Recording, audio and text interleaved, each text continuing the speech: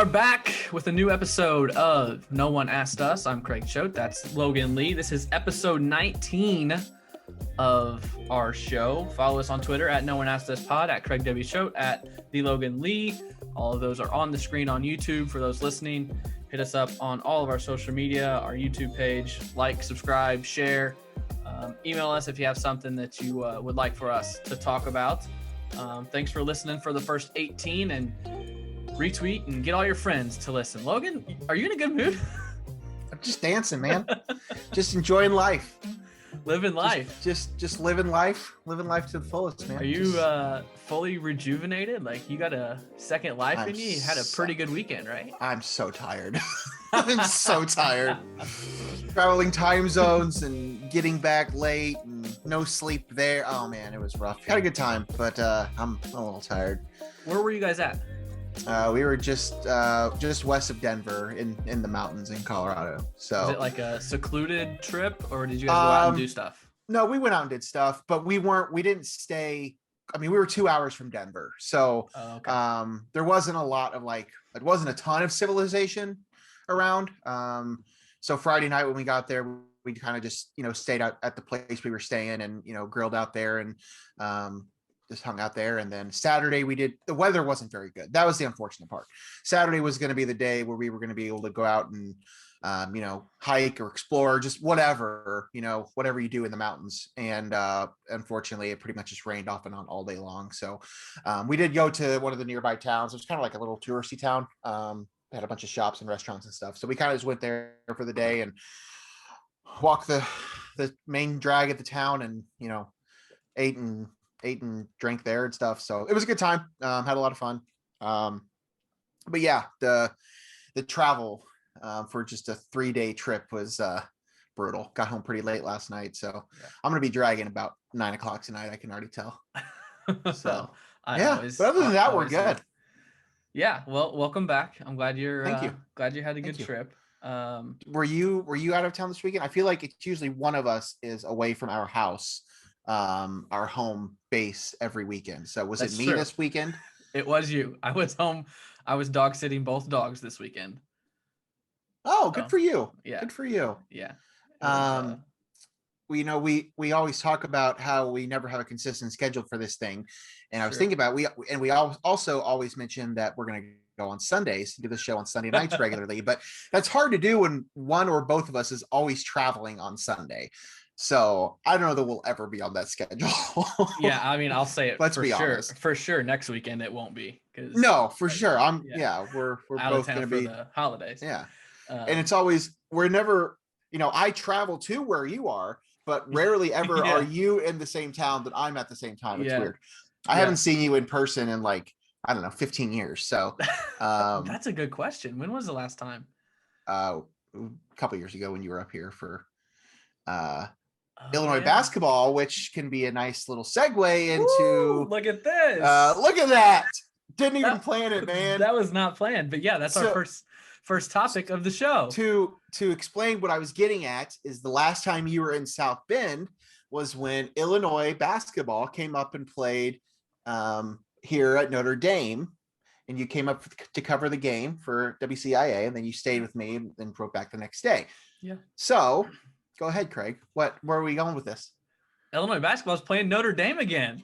Whoa, hey, it's funny how that works. Logan's worlds are colliding once again. Just announced, we are recording this on Monday evening, just announced on Monday for the Big Ten ACC Challenge for the second time in, it'll be 3 years? Yeah, 4 years. Second time in 4 years. That was. Illinois and Notre Dame matching up for the ACC Big Ten Challenge. This time in Champaign. You've been in South Bend, for a couple of years. So what is this like for you? Because this is like your two. It is.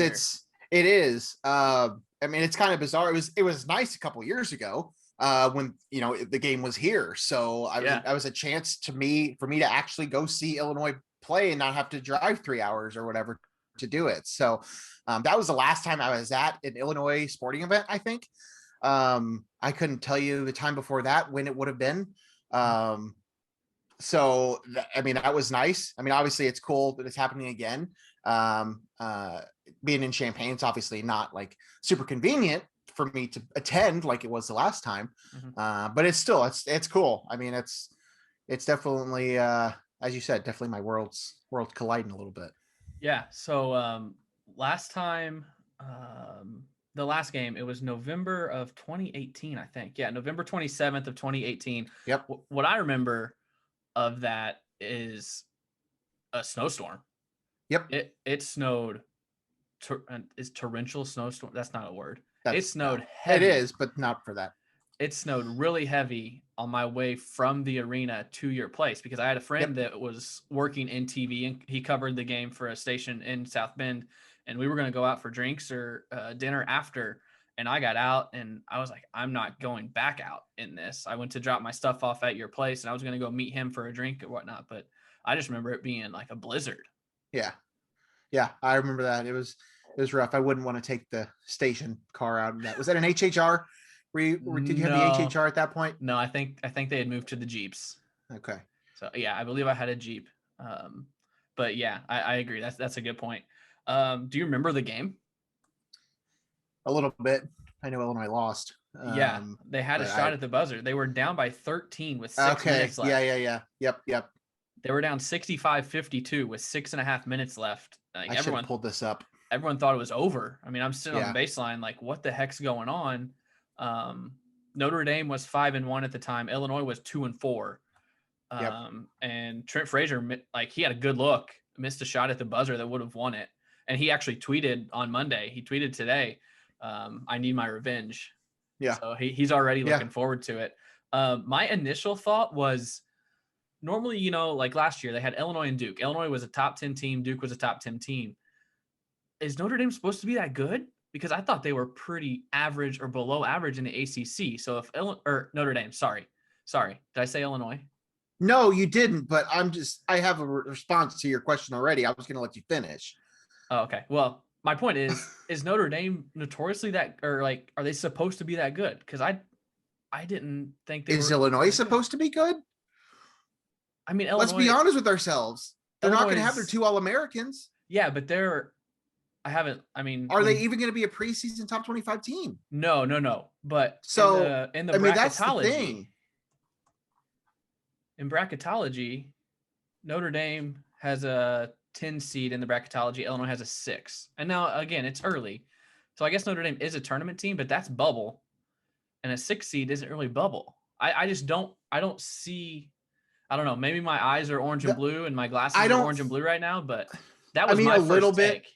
A little bit. I don't think that the matchups are always as even as you're trying to think that they are. Yeah. I think very often, like that year we're referring to 2018, I think Notre Dame was far better than, at least preseason wise, was supposed to be far better than what Illinois was. Yeah. I don't think it's necessary. Yes, obviously they're trying to get them, those matchups to be teams that are relatively close and that type of stuff, but I don't think it's necessarily a 1-for-1 comparison. Yeah. I think that there are 15 teams in the ACC, right? So one team doesn't compete in this. Yeah. Yeah. I think Notre Dame is an experienced team. They haven't been very good the last few years necessarily. Yeah. But they do have experience. But as I said, I mean, I don't really know what we're going to get out of Illinois this year. I don't think anybody really knows. I mean, Illinois was one of the best teams in the country last year, and then they lost their 2 best players, 3 of their 5 best players.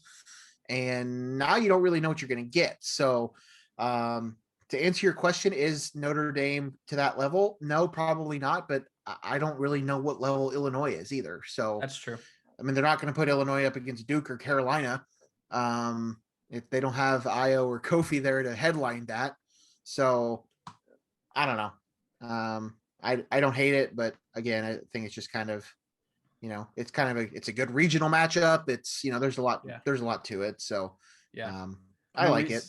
I mean, you touched on the players losing Illinois losing their 3 of their 5 best players, but I mean, they also lost 3 assistant coaches and still haven't filled all 3 spots. I didn't know if you were going to bring that up today, but yes, still haven't filled the vacancy. We are going to bring it up every week until they fill it. There is still not a third assistant coach. And I don't know if you've seen the tweets or anything, but actually, I don't even remember if we talked about this. Tyler Underwood is out recruiting right now for the coaching staff because you're allowed 3 assistant coaches, and they got a special waiver because they haven't hired or found the third. So Tyler is out recruiting as an assistant coach. He's not going to get the spot. I wouldn't think. I mean, holy cow, if he gets that spot. But I think he will have a spot. He will have a support staff spot. Yeah, yes, correct. Yes. Notre Dame went 11-15 last year, 7-11 in the ACC.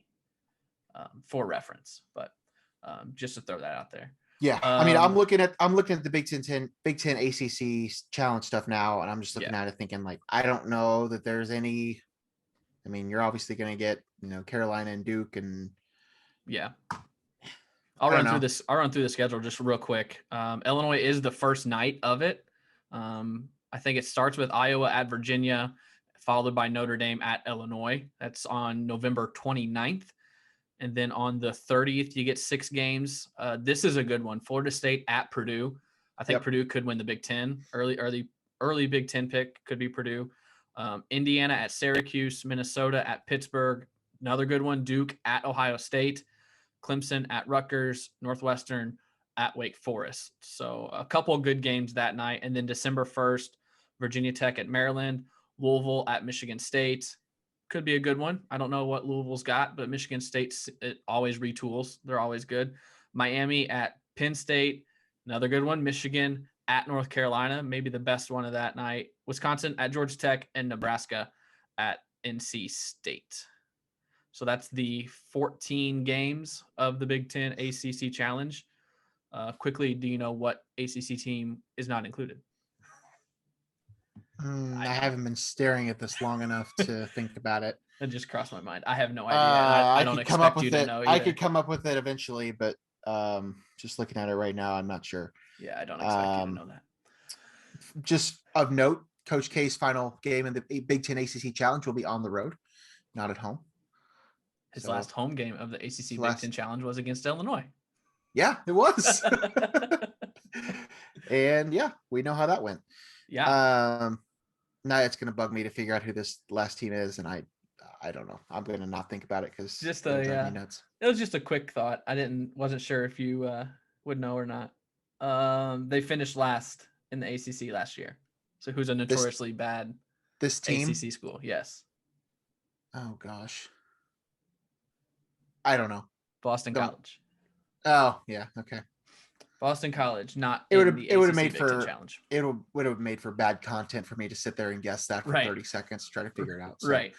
So that's the ACC Big Ten Challenge. Another non-conference game announced for Illinois was the Gavitt games with the Big East, and I think it's at Marquette. It's not a home game. Yes. I think it's at Marquette, who just got a commitment from Daryl Morcell, former Maryland Terrapin. So Shaka adding to his roster with Daryl Morcell, who I think it was him that had a career high against Illinois in that upset at Champaign. Do you remember that game? I think he had close. I think he had 20, if not 20. He was way up there. The game that Illinois should not have lost. So a couple pretty good regional non-conference games for the Illini as the schedule continues to take shape. I think there's the game against Arizona in Champaign, the return game against Arizona that was canceled last year. So that'll be on the schedule. But that's all I can think of. Maybe another game against Grand Canyon, because I think they hosted Grand Canyon, then they went to Grand Canyon, and then part of the contract was another Grand Canyon trip to Champaign. So I think that's on the schedule this year. So slowly but surely we're getting in there with the men's basketball schedule. Inching closer and closer to football. Nothing really newsworthy with Illinois football. Big recruiting month. June was a huge recruiting month. I've got a couple commits, but no one that really breaks the bank here. But another big Illini announcement this week was the Athlete of the Year awards. They're big awards, and no surprise whatsoever that 2 men's basketball players take home the 2 big awards. Ayo Dosunmu is the Dyke Edelman Male Athlete of the Year, back-to-back winner. He was the first men's basketball player to win it last year since Darren Williams in 2005. So he goes back to back. And then Olivia Howell of track and field. I think she's a distance runner for track and field, won the female athlete of the year. And she also won freshman athlete of the year. So freshman bringing home the Dyke Edelman Award. That's pretty special for her. I think she had to have gone to nationals, but I don't know what place she got. Yeah, I don't remember, but yeah. Some of the other male athlete nominees, Michael Fiegels of men's golf, Kendrick Green of football, John Davis was nominated for the Dyke Edelman Athlete of the Year, Pride of Oakwood. It's great to be young in a Comet.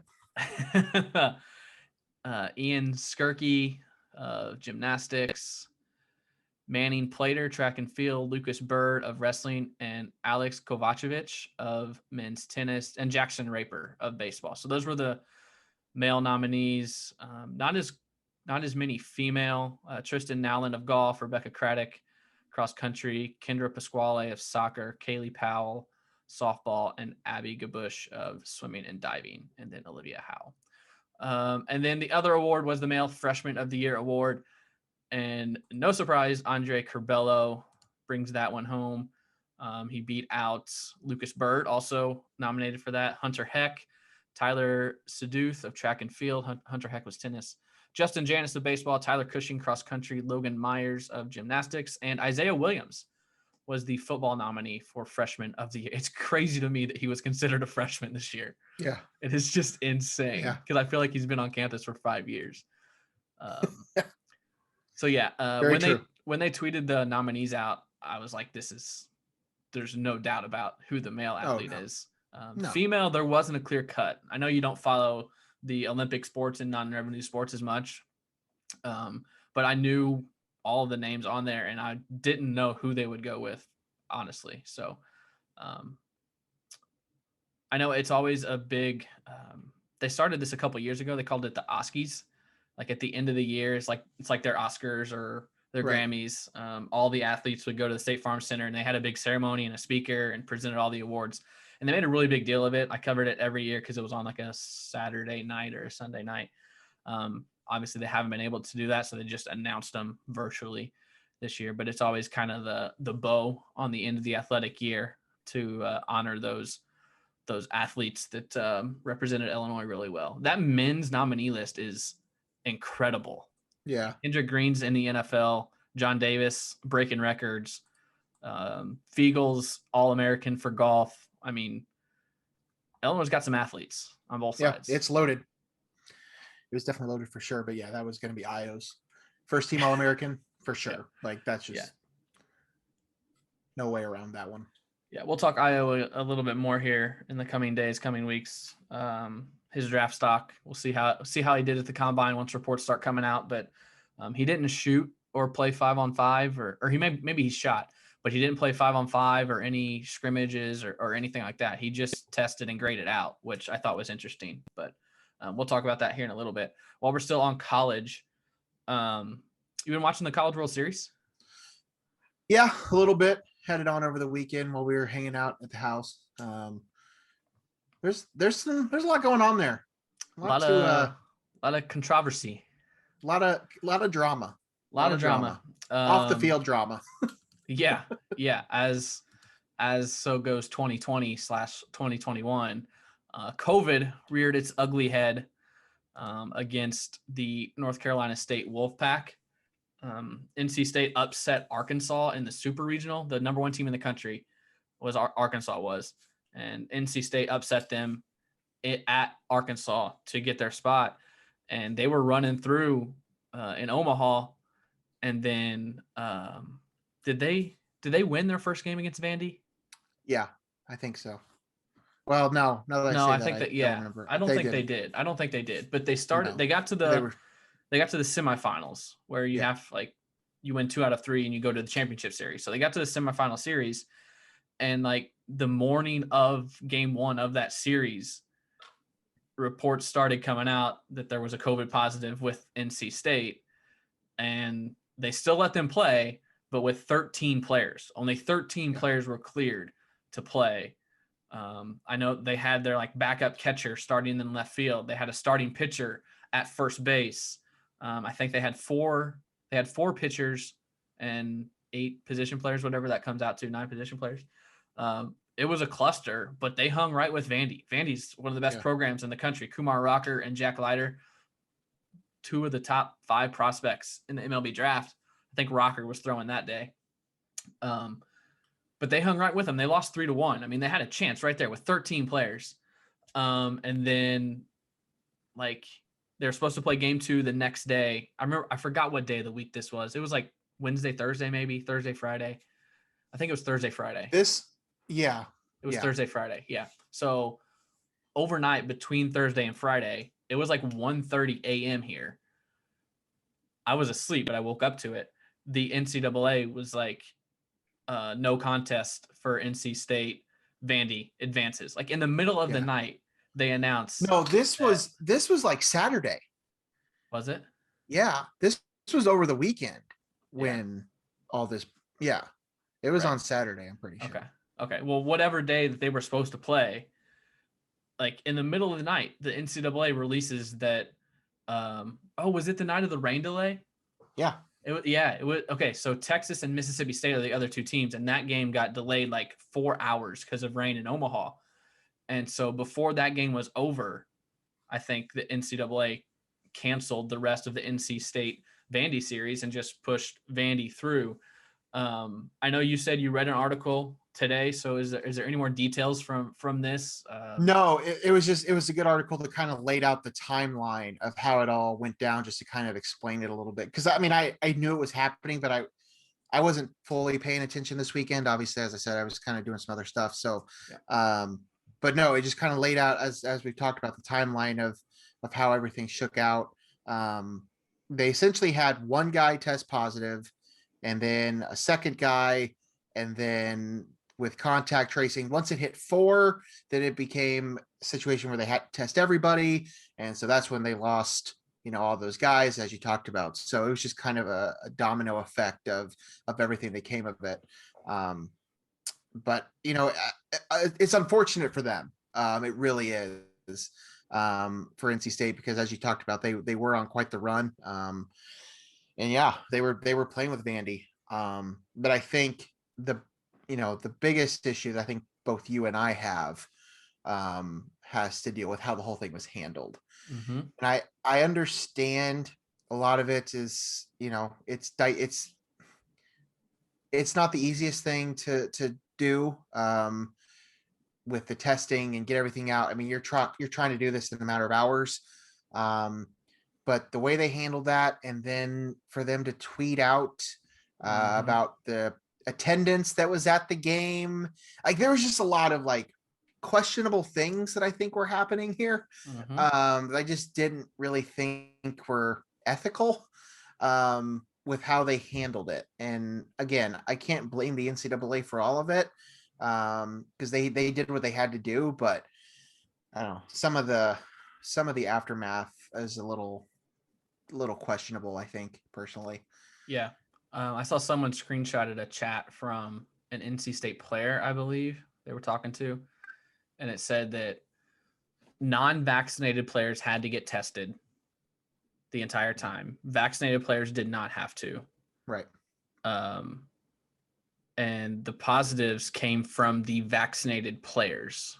Yes. Or something to the effect, which, I don't know. I just don't think I had a point there, and I just didn't want to make it because I didn't want to get into it. But it's typical for the NCAA, right? Yeah. I mean, I don't know. Again, I don't want to blame the NCAA for all of this, because it's not all their fault. They were, trying to follow protocols and everything else. But I just, similar to how we talked about the John Rahm thing, a few weeks ago, I just don't think this situation was handled well. Speaking of that, neither was the Justin Turner situation in the World Series. I mean, when COVID strikes in the middle of a big event like this, it just has a tendency to not be handled well.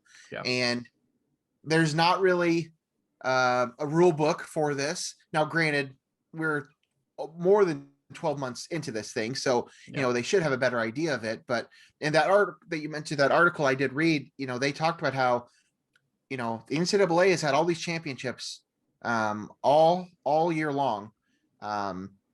They said only two of their championships utilized the bubble format, which is obviously the basketball tournaments. Mm-hmm. But they, it just happened. And again, I just don't think they handled it well down the stretch, but that just tends to be the norm for when COVID strikes during the middle of a big event. Yeah, you touched on John Rahm. Actually, the PGA is stopping their on-site testing. I didn't see a date, but I just saw a tweet or like an Instagram story or something that the PGA is stopping the testing. I think it's soon. It's in the next couple of weeks. So you brought up John Rahm, and that reminded me of that. Yeah. And then I also saw a video. I think NC State's already back home, and they had like a reception or whatever. Yep. Which how can you it have happened right away? How can you have that if you've got COVID? But I don't know who it was. But someone the players that tested positive were still in isolation in Omaha. Okay. They did not make the trip. They flew back privately later. Okay. But still, I mean, there's a lot of gray area here with, I mentioned that the tweet that the NCAA or, the College World Series, whoever tweeted it out, talking about the attendance of how many people were there. Yeah. Yet you're sending players home because they tested. I don't know. There's just hypocrites. Yeah. There's hypocrites. Just some, but whoever had the mic at that welcome home party was like, "You're national champions, the 2021 NC State Wolfpack." Okay, well, I mean, okay. They were playing well. I've watched a couple games. Yeah. They were playing good. But yeah, it's a cluster. You've got Vandy and Mississippi State in the final now, all SEC final. So yeah, it's just. I think it for sure is because it was the College World Series that it's such a big deal. Like if this was a regular season series against Notre Dame or something, like, all right, whatever, cancel games. But they were one step away from the national championship series. So yeah, it's obviously why it's a big deal. One more college thing that I forgot to mention while we were talking Illinois. Did you see what Josh Whitman's doing and the U of I is doing tomorrow? Yeah, I was going to ask, are you covering that for the pod?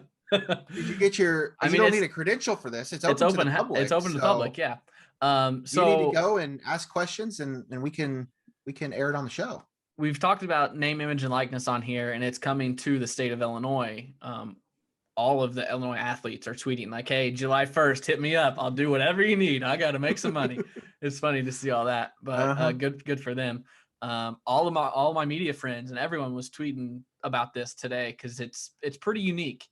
The U of I is hosting an open house for businesses Tuesday night at 6:00 for any questions, any information and questions regarding name, image, and likeness, which is July 1st. That's later this week in a couple days. July 1st has not got the signature from the governor yet, I don't think, but I haven't seen anything about him not signing it. So he's expected to sign it. So yeah, the U of I is like, hey, if you have any questions, if you want to talk to anyone about what you can and can't do, how this is going to work, come talk to us. It's going to be Josh Whitman and Brad Underwood kind of answering all the questions and whatnot. So Illinois is really getting out ahead of this, man. May as well. I love it. I mean, it's here. Embrace it. This is happening. It's 2021. Let's go. Yeah. Get out there and get ahead of it and use it to your advantage. Absolutely. Our friend Brett Behrens went to the NBA Combine. I think it was in Chicago. So Brett went and covered Io in the NBA Combine, and I think Brett asked him after one of his workouts about name, image, and likeness, and basically said, "How much would you have made if they had this?" And I was like, "Man, I would have sold T-shirts and signed autographs. I would have made six figures." I was like, "Oh my gosh." Going from nothing to six figures. Yeah. I don't know that there's I don't know that there's anyone on the current teams that would make six figures.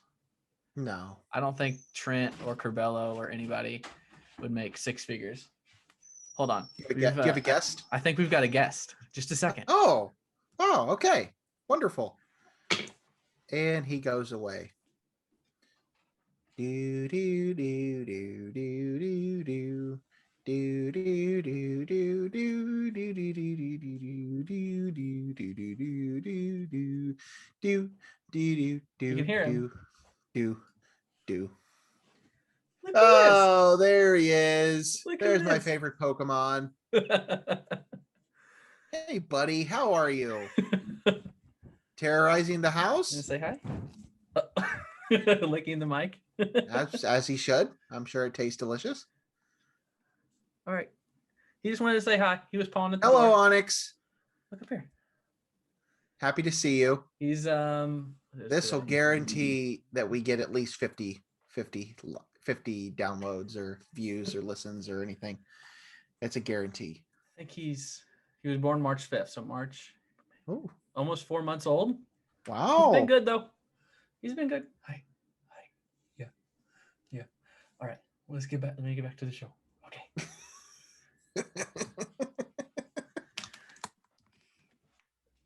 Oh boy.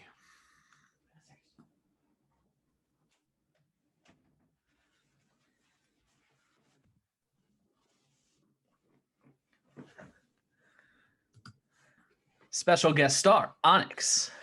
I love from downstairs. He's actually learned how to open the doors if we don't lock them. That's scary. Yeah, he's tall enough to reach up and just paw at the handle and push it right open. So yeah, that's dangerous. All right, so that covers our college athletics. We were just talking about IO and the NBA Combine, so we'll jump right into the draft lottery, which was last week. Somewhat of a surprise, I think. Wouldn't you say in the top five? There were a couple teams that jumped up into the top five. Yeah, I wasn't totally expecting it. Couple of them, especially, yeah. So the Rockets, Pistons, and Magic each had 14% chance. They were tied for the most likely at the number one pick. Oklahoma City, Cleveland were next, Minnesota, Toronto, and then Chicago was tied with Sacramento and New Orleans at 4.5%. And the order came out with Toronto and Cleveland jumping into the top four, which surprise, Cleveland benefits from the NBA lottery. I mean, come on, how lucky can you get? I guess they only benefited 2 picks this time, but man, I feel like they always jump up, always. And then the Raptors won the championship a couple years ago, and they jump into number 4. Yeah. Like, what the heck, man? So the order came out. Let me scroll to the top here. Pistons got the number 1 pick. And then the Rockets, Cavaliers, Raptors, Magic, Thunder, Warriors, Magic, Kings, Pelicans. Those were your top 10. So, of course, the Bulls pick goes to the Magic. It's that number 8 spot. If it would have jumped into the top 4, the Bulls would have kept it, but it didn't budge, I don't think. I think it slotted in where it was projected to land. Do you think the draft lottery is as fixed as I do? I try to give people the benefit of the doubt. So I want to say the answer to that is no, but I know that there are plenty of people, probably yourself included, that definitely believe that it is. Would you like to explain why you think it is? How does LeBron happen to end up in Cleveland? They did have the most likely pick, but the biggest one. That's what the biggest one. That was like 20 years ago. Is Derrick Rose. The Bulls had like the 8th likeliest chance to get the number 1 pick. Kid from Chicago is going to be the number 1 pick, and the Bulls jump up 10 spots to get him. Is Cade Cunningham from Detroit? Is that what you're suggesting here? No, it's not. It's not the Detroit thing. It's like they pander to certain franchises, like the Cavs. Or, all right, the Raptors won our championship a couple years ago. We saw what happens when the Raptors are good. Let's get them a good player so they get good again. Wow. I don't deep. I You don't were trust deep in it. conspiracy theory I land. don't trust the draft I lottery know. I mean, at I know all. that you're not alone in this, but I don't know that I totally buy that. I mean, sure, it may favor the lottery may favor the Cavaliers more frequently than they don't, but like outside of LeBron, how many times has it actually paid off for them? The Cavs have been Right. terrible. They for don't capitalize. forever. Yeah, they don't capitalize. But So there's no like I don't get it. I think they should, if they want to do a lottery, they should put all kinds of balls and do it live.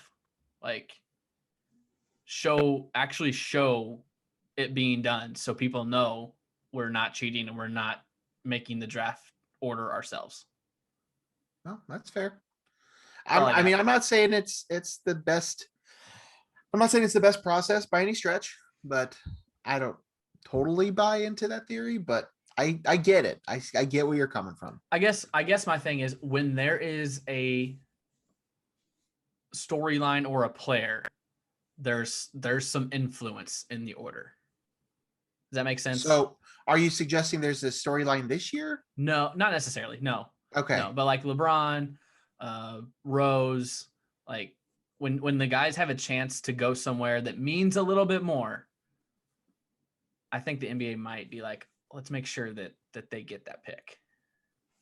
Okay. Is that more believable? Have you been down a YouTube rabbit hole? No, I was just looking at. I'm not saying it's picks. not believable. I'm just thinking you're going off of two examples. No, there's more in the last 20 years that this has happened. I didn't write these down. It was just I was going through this as the lottery was on TV, and I was like, this just doesn't make sense, and I didn't write them down. So they've slipped my mind. Your suggestion is then when there's a once in a generation type of talent that's from a particular NBA not necessarily from there, but if there's somewhere that the NBA thinks that player should go, that they pander towards that franchise. Okay. Or if there's a notoriously good franchise that had a bad year, they make sure that they get maybe not one, but two or three or something like that. Okay. Is there any chance Cade Cunningham does not go number one? I don't think so. I don't think. Have you seen the odds? Do you think he's going to be the best player out of this class? Oh, that's a tough one. Probably. I know it's a pretty deep class. It is a deep class. Let me see. Let me pull up a quick mock draft to see who people have. Speaking of the College World Series, I think it's about to start. Got on ESPN. I think Jalen Suggs could be really good. CBS has him at number 2. I thought it was funny. At one point, I looked at a mock draft and it had like Jalen Suggs pick 5, Jalen Green pick 6, and Jalen Johnson pick 7. It's like everyone just decided to name their kid Jalen. It's the year of the Jalens. Yes. I would say it's between, Jalen Suggs, Cade Cunningham. I mean, we didn't get to see Jonathan Kuminga because he went to the G League, or Jalen Green because they went to the G League. But I think those are probably the two best just because, like I said, we didn't see Green or Kuminga. Let's see where – I don't understand the Franz Wagner lottery pick hype. I don't see that at all. I'm with you. I mean, there are a couple guys on here that I'm like, how do you see lottery pick here? They've got CBS has IO 25 to the Clippers.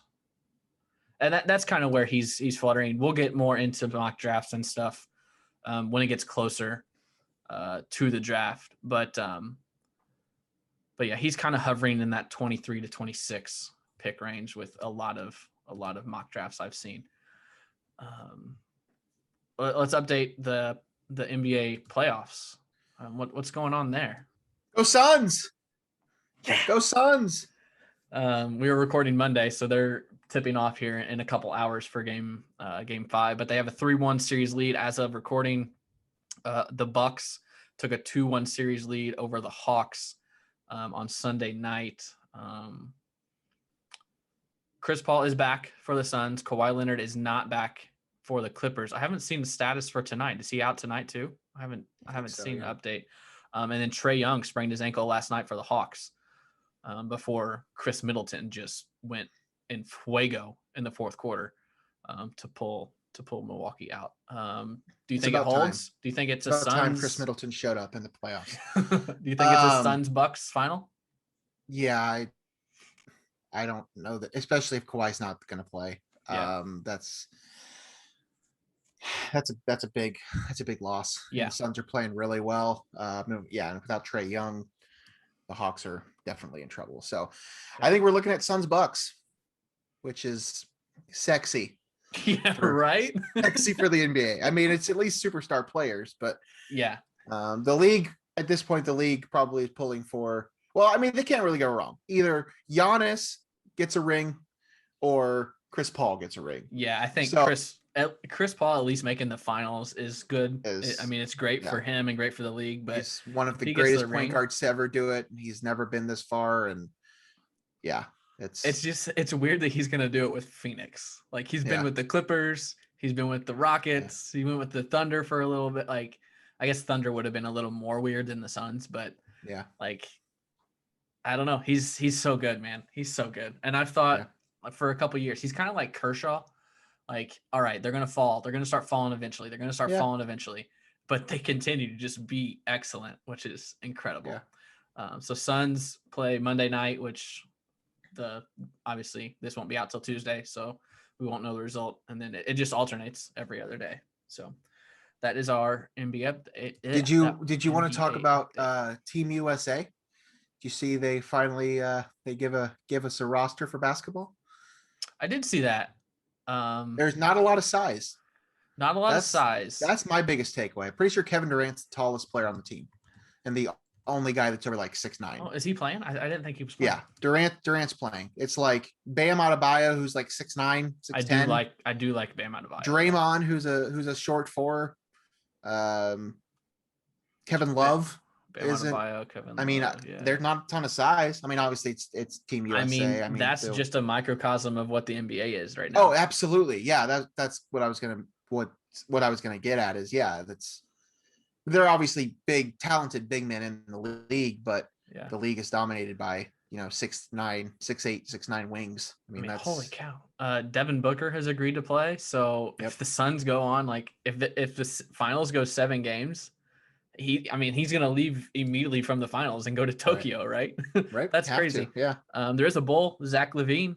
Chris Middleton's on there too. Roster. Chris Middleton. Oh yeah, Chris Middleton's on there too. And Drew Holiday, who's also with Milwaukee. Jeremy Grant. Who does Jeremy Grant even play for? The Pistons. Oh my gosh. Yeah.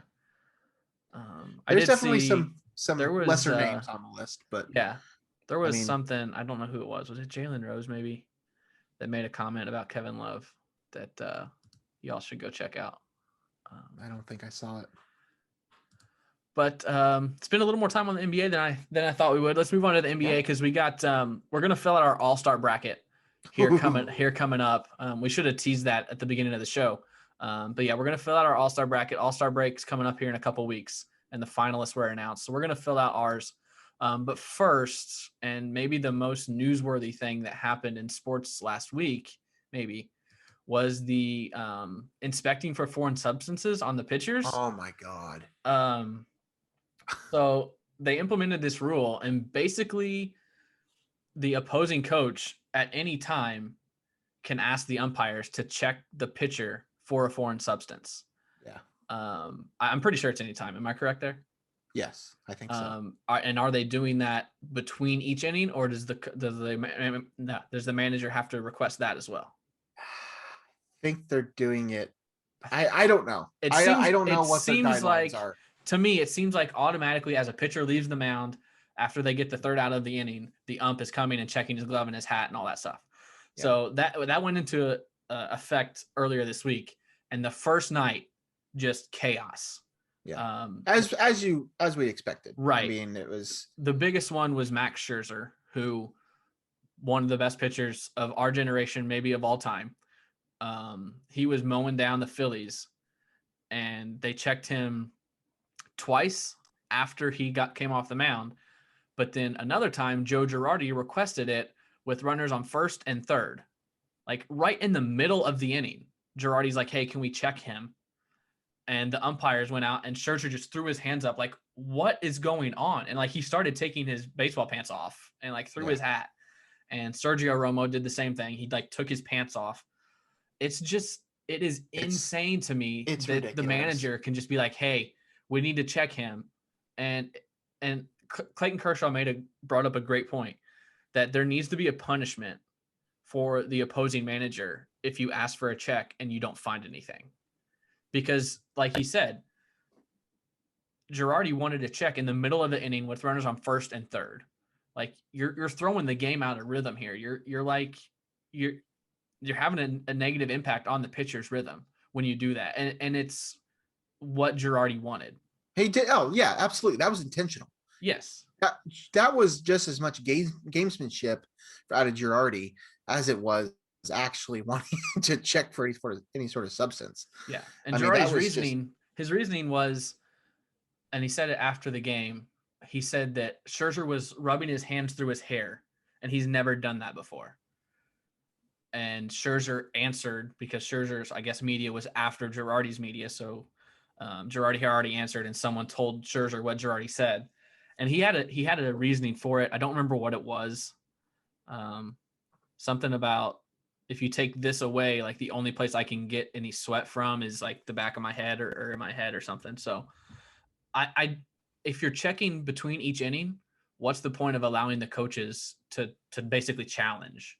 Like, I don't understand the logic in allowing a coach to be like, "Hey, let's check something." If you're checking often enough, which, I mean, I don't hate the idea of checking a pitcher when they come off the mound, because if they did use something just now, then you'll find it. It's not like they can hide it. But yeah, I agree. I don't want to see them check before they go on the mound, because they could have it hidden or something and pull it out after you check. So I think if you check after they come off the mound, that should be plenty. Yeah, no, I agree.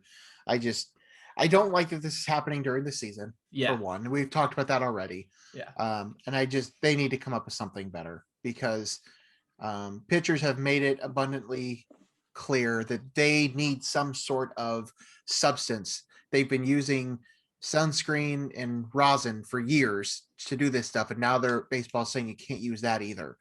Yeah. So I think they need to come up with something that is approved, that's legal, they could just keep it out there by the mound, just like the rosin bag, just something, because it's all right. I mean, I knew it was going to get out of hand, and it won't. They'll figure it out.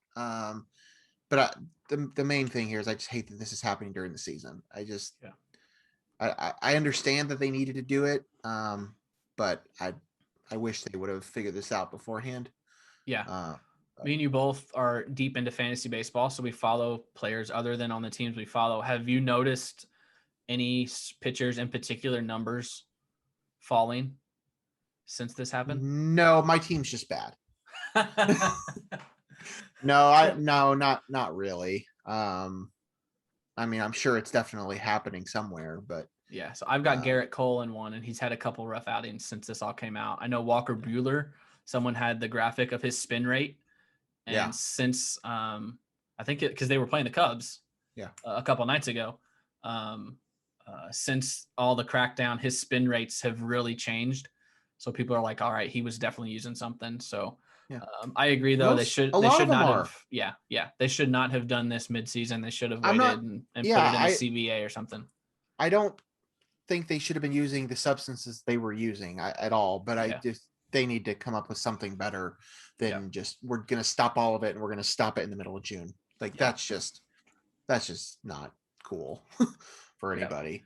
Yeah. So, I mean, even batters, if you ask major league batters, they'll tell you they want the pitchers to have something, because that's how they get control of the baseball. Right. Someone said, like, do you want the ball to come in our head? Like, do you want to get hit by a pitch? I mean, if we did this at the beginning of the season and they had nothing to hold when it's 35 degrees outside, like, you can't do that.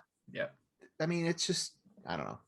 we've gone on this for several weeks now, but Right. I just think they wish they would have handled that a little better. But right. On the field, the Cubs, 42-36, 3 games behind the Brewers.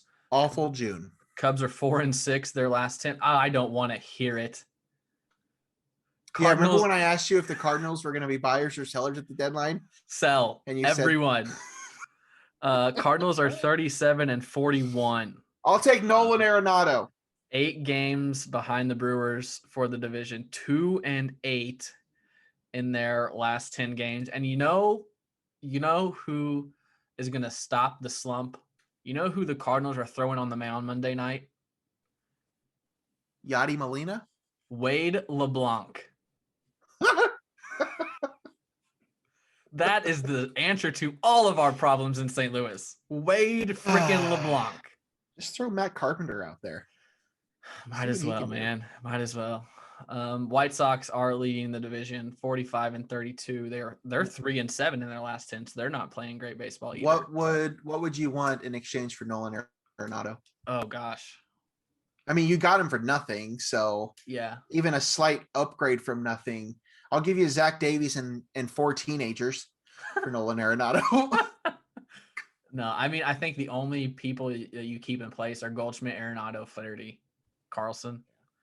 I mean, everyone else should be expendable. I don't know. They're just sitting on their laurels and waiting on something to happen. They called up 2 guys today from AAA that are no better than a bag of chips. I mean, Nolan Gorman did go up to AAA from AA, so that's a good sign, top prospect. But Cardinals are just stuck and not making moves or anything right now. So something's got to change.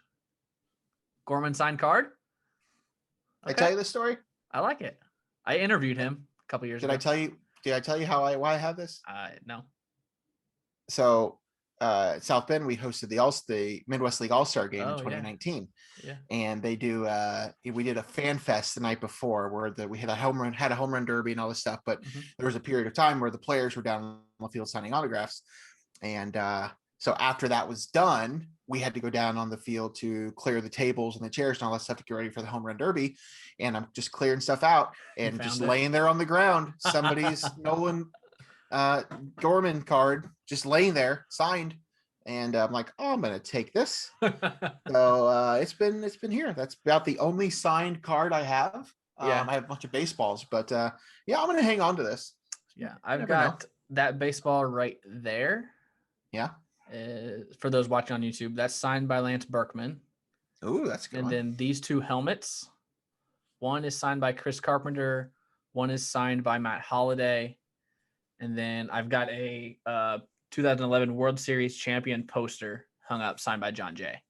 Ooh. So those are like my only 3 autographs. Yeah, those are. I have a collection of baseballs, most of which came from my experience in South Bend. I have some Hall of Famers, a couple of maybe one-day Hall of Famers. And a Jenny Finch signed softball. Ooh, that's worth something. She's good, man. Gorman has been working out at second base, so maybe there's a path there.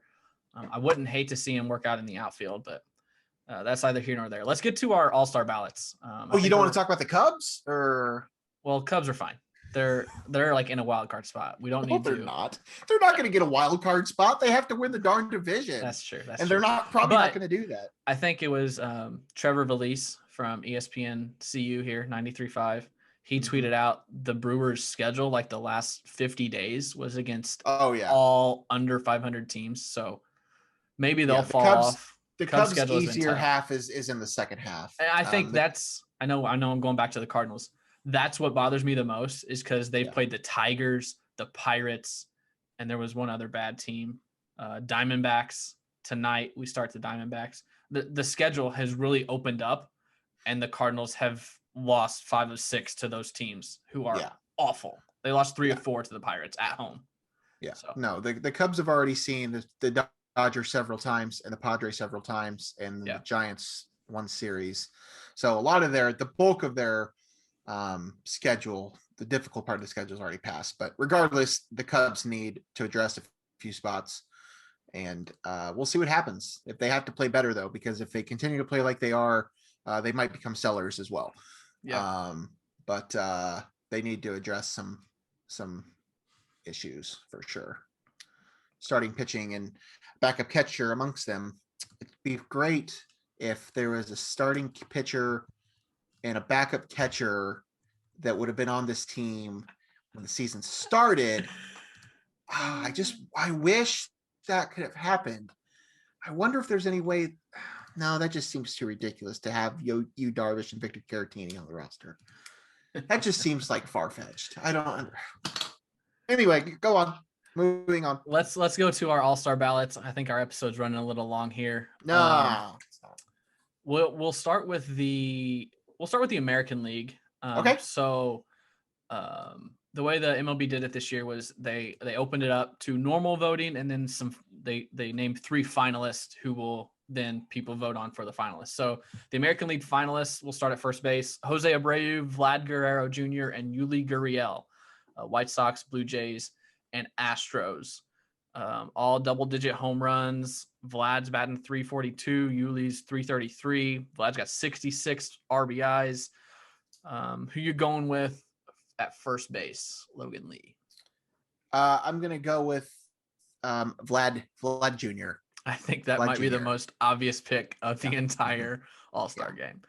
Dude, 342, 26 home runs, 66 RBIs, 1.127 OPS, which OPS factors a lot into my decisions here. I like the OPS stat. So Vlad might be AL MVP right now. He is at an unworldly level. So we both got Vlad. Second base, Jose Altuve from Houston, DJ LeMahieu of New York Yankees, and Marcus Semien from the Blue Jays. I don't have the stats pulled up in front of me. So I don't know all the details as to each of these guys, but my gut and who I voted for, I think both times I voted, is Marcus Semien. Marcus Semien's batting 281 with 18 home runs, 45 RBIs, and an 865 OPS. Yep. I went with Altuve. His numbers are a little bit better. 292 average, 17 home runs, 41 RBIs, and an 882 OPS. Yeah. So the average and the OPS put him over the hump for me. I mean, home runs and RBIs, he's right there. So I went with Altuve. Is he a villain? Like, I mean, at this point, I think anybody that was associated with the Astros and that whole debacle is a villain. True. So that's true. I mean, yeah, I would say so. Astros are coming out in the votes, though. Every time I see his name, all I can think of is banging a trash can. So yeah, Astros have a finalist at every position. So their fans are voting for him.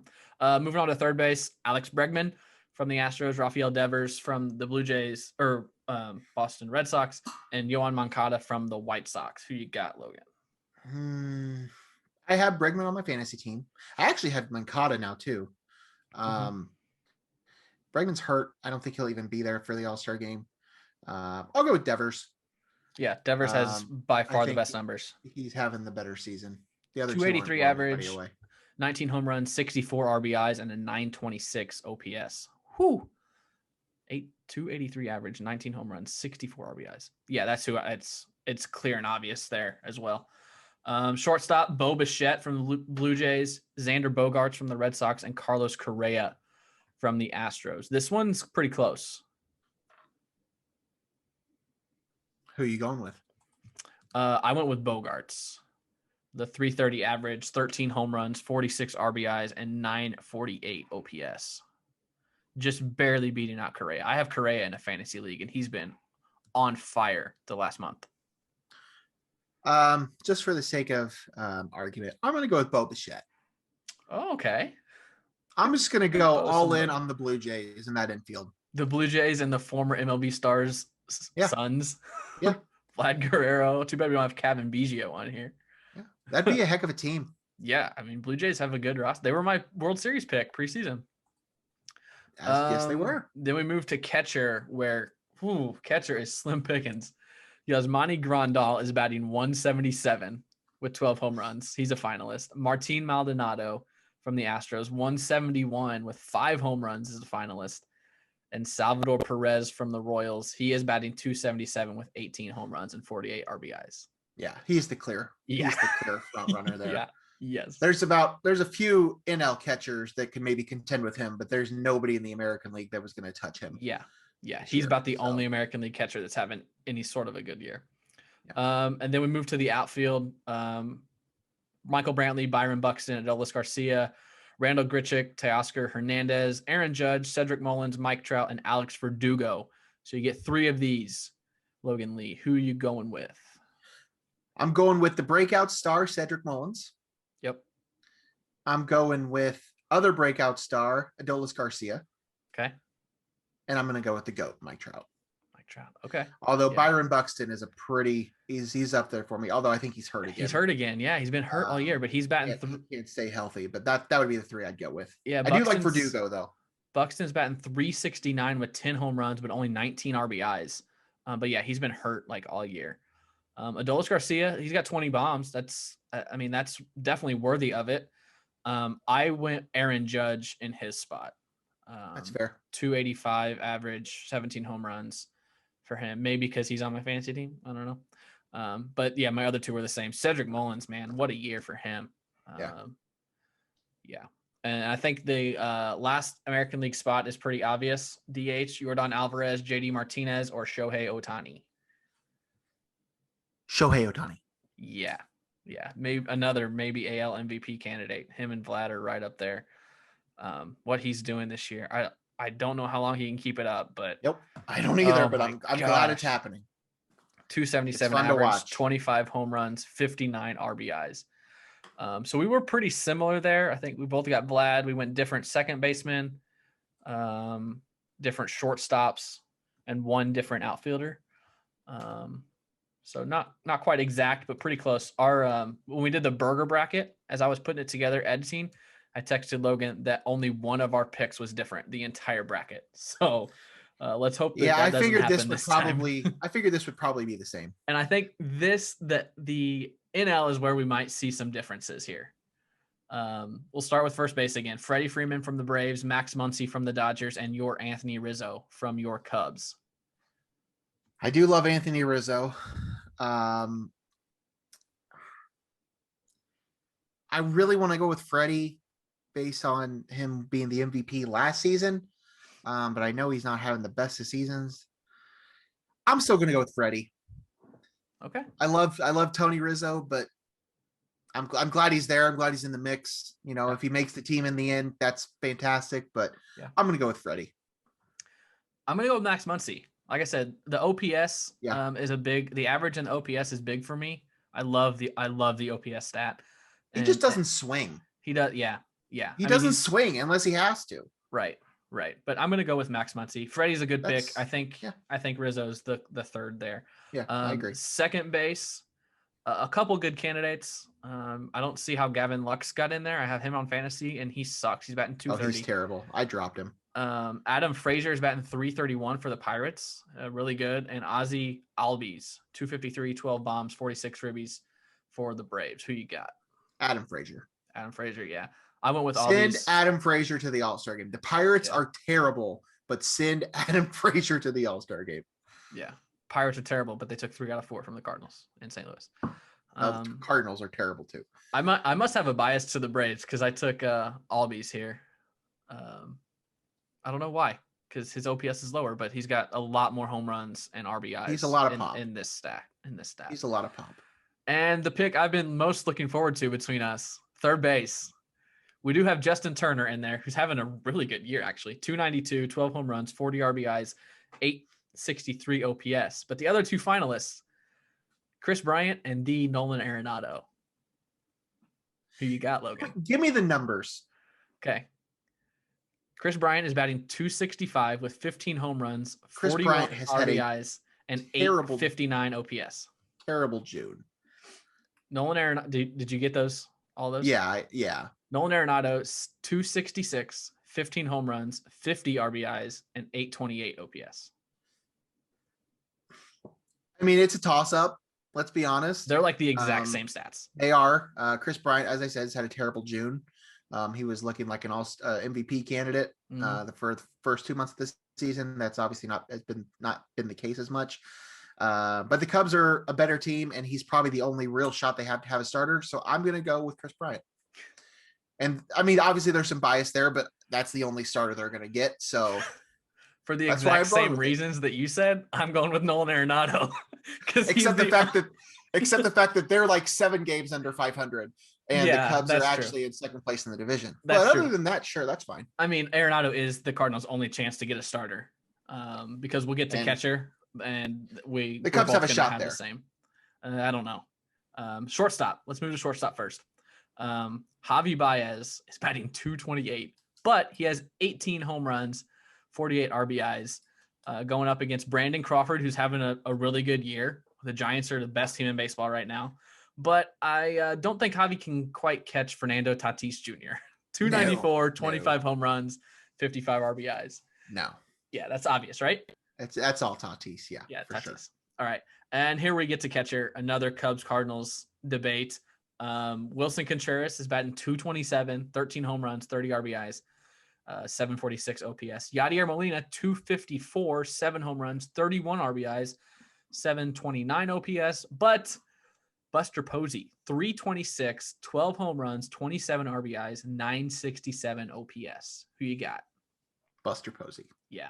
I mean, he's like 38 years old and he's doing that. Like, that's incredible. Those stats are monstrous for anyone, let alone Buster Posey, who's been in the league for 15 years.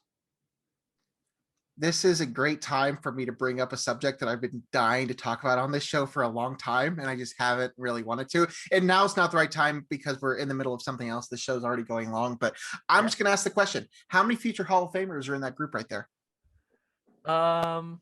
It's too early on Wilson, but I definitely think there's 2. There very well could be 3, but yeah, I think it's too early on Wilson. But it's too early on Wilson. Yeah, for sure. But yeah, there's 2 there. There's 2 there. Okay, just curious. How many first ballot Hall of Famers are in that group right there? Can I say 2 and not start an argument here? Yeah, that's fine. Yeah, I think there's 2. Okay. 2. Just curious. I just wanted to ask. That's such a good debate, and I do want to have that debate for a full episode. And I don't really have a great argument for it. I'm not the person to argue with you about this, and I don't want to go on a long tangent about it. I just think I just find it to be a super fascinating debate. Yeah. And it is. Not the whether or not Yachty's a Hall of Famer debate. The thing that I find fascinating is that there's a huge group of people that think he's a first ballot Hall of Famer, and there's a huge group of people that don't think he belongs in at all. That's what I find to be fascinating. And I don't know that necessarily one side is that much better than the other. I personally think he gets in at some point, but whether or not he's a first ballot, I don't know. I just find that fascinating that division between those two is it's so interesting to me as a non-Cardinal fan. You got to give me like a month heads up before you want to talk about that, because I got to do some research, because there's a lot of stats that aren't on surface level that we are going to have that. We'll see at some point. We will have that discussion, but I just wanted to bring it up anyway. Go on to the outfield tangent. We both got Buster Posey. Outfield, again, not going to rattle the stats because there's 9 here. Excuse me. Ronald Acuna Jr., Mookie Betts, Nick Castellanos, Bryce Harper, Jock Peterson, Juan Soto, Chris Taylor, Jesse Winker, and Mike Yastrzemski. A lot of people there that I don't understand how they're finalists. But who you got? I think these 3 are clear cut. Yeah, it's a pretty terrible defensive outfield, but it's Acuna, Castellanos, and Winker. Yes, 100% for sure. 100%. It's a good thing Jacob deGrom will be on the mound, because you're not going to get much defense out there. So yeah, I mean, I'm just assuming Jacob deGrom will be on the mound. That's not. I mean, Mookie Betts is having a down year. He's a finalist. Bryce Harper, he has decent stats. Jock Peterson should not be a finalist. Juan Soto's having an okay year. Chris Taylor should not be a finalist, and Mike Yastrzemski is batting .227. Should not be an outfield finalist. I will say that I'm not going to vote. I wouldn't vote for him, and I'm not going to vote for him. I think Chris Taylor could make an argument, just as a non-Dodger fan. I think his versatility, and he should be. I think he should be in the game. I think he should, because from the Dodger standpoint, they're one of the best teams in baseball. As you said, Mookie's having a down year. Cody Bellinger's been hurt all season. Corey Seager's been hurt all season. Yeah. Max Muncy's probably going to make the team, but Chris Taylor probably needs to be their other person on the team, at least, not necessarily as a starter. Yeah, that's true. The other fascinating thing about this is that Chris Bryant is in here as a third baseman, and Chris Bryant hasn't played third base regularly since like mid-April. Very true. He's been in the outfield more than he has been at third base. So very true. There you go. I will throw these up on the YouTube edit as well, so you can see our full teams as they stand. I should have said this before we started. I am so very anti-fan voting All-Star games because of what we just talked about. Because you got guys like Gavin Lux. I mean, I know they're not going to get in there, but like when guys like that get picked over. You mean when the entire Royals team gets voted in to be the starters in the All-Star game? Like, did that happen? I don't remember. It was close. It was like the year after they won the World Series. It was like most of the AL All-Star team was Royals. Yeah. So here's an example. You're just talking about Chris Taylor or Mike Yastrzemski, who's batting .227 with 12 home runs. Brian Reynolds for the Pittsburgh Pirates is batting .312 with 13 home runs, 44 RBIs, and a .931 OPS, and he's not even a finalist. Yeah. Like, if you want the fan vote, how about the MLB names the finalists and then let the fan vote from the finalists? I agree with that. I do think you're right. I will say though, I think more often than not, they do get the starters right. They do most of the time. Now these are finalists, so to be named a finalist is something, but Brian Reynolds isn't going to be voted as, it doesn't matter, and neither is Mike Yastrzemski. Like, that's just not happening. I mean, It's just, they do. I understand where you're getting with that, but I mean, I do like the fan aspect to an extent. So as you suggested, maybe changing up. They do the finalists and then fans vote on that or something. That's fair, but I do like the fan aspect, just being involved in that. We are very long on the episode, but last thing, who is the Cubs representatives? Chris Bryant, Craig Kimbrell. Yep, that's a good pick. Yeah, I would say probably. How many catchers do they usually take? 2 or 3, I think. If it's 3, I would say Wilson probably gets in. Yeah. For sure. I mean, I think it'll be one of those two, definitely, other than Posey. Yeah. I mean, Bryant and Kimbrell are the 2 guarantees. I think there's a few guys that could get in after that. Probably none of the starters. So we'll go with that. Yeah. I think it's the same with the Cardinals. Closer, Alex Reyes. He's having a really good year as the closer, and then Arenado going back to Colorado for the All-Star game is going to be awesome. I mean, you kind of have to, unless he just goes 0 for 50 until the All-Star game. But I think those are our 2. All right. A long episode, maybe the longest of the show. You got anything else? There was something today about a Christmas-themed action movie starring The Rock that's coming out. It's something that they're going to be in production for. Sign me up, man. Sign me up. I'm all in. I'm not even a Fast and the Furious guy, but one of the guys involved in that's going to be writing it or whatever, producing. I don't know. Whatever. Sign me up. The Rock in a Santa Claus Christmas movie? Heck yeah. Let's go. No, that's it. No further questions, Your Honor. Appreciate that. I'm getting very psyched for our Space Jam A New Legacy watch along episode. Oh yeah. Just so you know, it's happening. It is 100%. It's 100% happening. Yeah. We're going to watch the show simultaneously, and we're going to talk about it while it's happening, and then we're going to upload that. Okay. It's happening. Okay. It's going to be great content. Yeah, I've always wanted to do that, like a live viewing of something. I wanted to do it with sporting events, but we'll try it on Space Jam. We're going to do it with Space Jam. LeBron was wearing his Space Jam shorts at one of his son, like he was watching his son play a game, and LeBron had the Space Jam shorts on. I'm very skeptical, but we'll see. Likely a delayed episode next week with the holiday. Everyone have a good 4th, good and safe 4th of July weekend. But yeah, we'll get you an episode out next week. Anything else, Logan? I still love you, Kyle Schwarber. He's still on a tear. Still on a tear. Still love him. That's episode 19 for Logan Lee. I'm Craig Choate. Like, subscribe, share. If you like what you hear or like what you see, we need all the viewers we can get. We'll see you next time on No One Asked Us. Bye.